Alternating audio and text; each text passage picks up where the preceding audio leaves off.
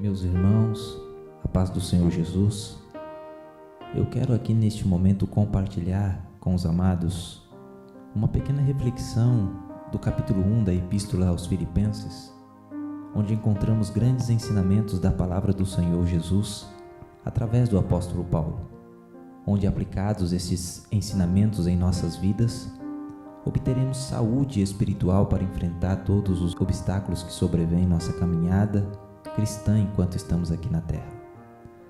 Paulo recebeu um chamado extraordinário para pregar o Evangelho em Filipos, depois de ter uma visão onde um varão da Macedônia roga-lhe que passasse a Macedônia e lhes ajudasse. Ele viu Deus indo à sua frente e dando-lhes o encorajamento necessário para continuar anunciando o sólido alicerce da palavra de Deus, a qual ele mesmo estava firmado.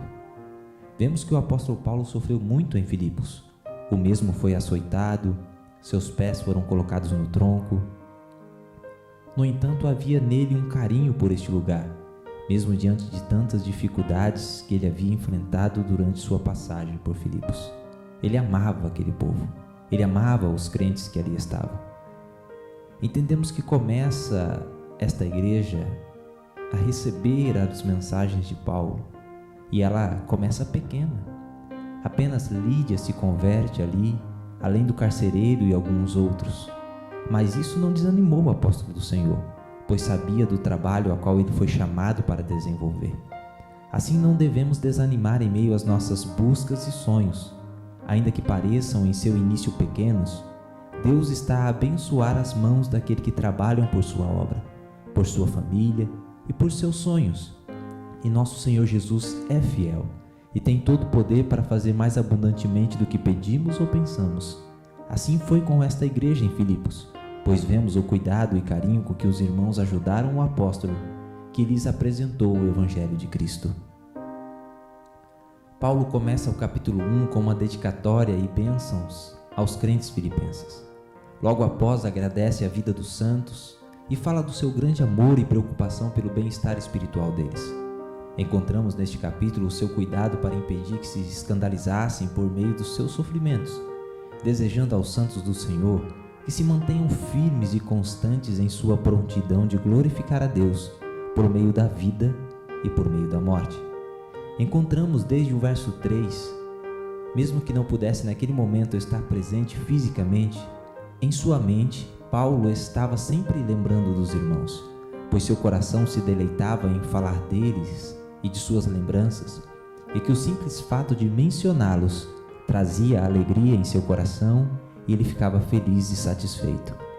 Mesmo que em Filipos o apóstolo havia sofrido muitos com os açoites, colocado no tronco, havia alegria em seu coração por aquele lugar e não se envergonhava dos sofrimentos que ali passou.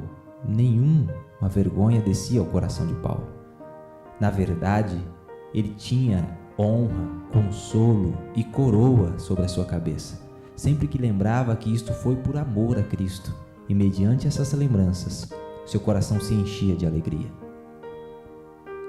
No verso 7, ele relata o tamanho do sentimento que tem pelos crentes filipenses. Vos retenho em meu coração. Ele os amava como sua própria alma e estavam próximos de seu coração. Vemos esse sentimento aflorado no coração de Paulo, pois os mesmos irmãos haviam sido participantes da graça de Deus, em que Paulo, através da obra de suas mãos, havia lhes comunicado com muito ímpeto e amor por sua chamada e pelos que lhe ouviam. Paulo, no verso 8, expressa o que sente a respeito deles: porque Deus me é testemunha da saudade que tenho de vós. Desejava em seu coração revê-los, abraçá-los e estar por perto mais uma vez, mesmo sabendo do passado de sofrimento que havia em sua memória, mas sobressaía em seu coração a imensa alegria que aquela igreja lhe trazia, pois o amor suporta a dor, supera os traumas e faz de todos nós fortes para continuar caminhando rumo ao lugar seguro que tanto almejamos e sabemos que ele existe, e este lugar é o céu.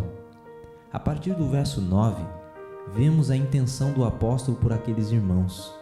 A sua intercessão também é aflorada aqui. Ele fazia menção das vidas dos amados irmãos de Filipos, através das orações, para que da mesma forma que ele pediu pelos seus amigos, que os crentes ali pudessem fazer por eles mesmos e pelos seus, para que sempre Cristo e em Cristo pudessem alcançar a fortaleza necessária para enfrentar todas as lutas que sobrevêm à vida, e que em Cristo há solução e providência para viver os dias assegurados concernente ao futuro de todos nós. Vemos o servo do Senhor Jesus incentivando os crentes a levarem uma vida amorosa, que vossa caridade aumente mais e mais. Paulo fala aqui do amor deles por Deus, pelo seu próximo, cumprindo assim a lei do Evangelho de Cristo.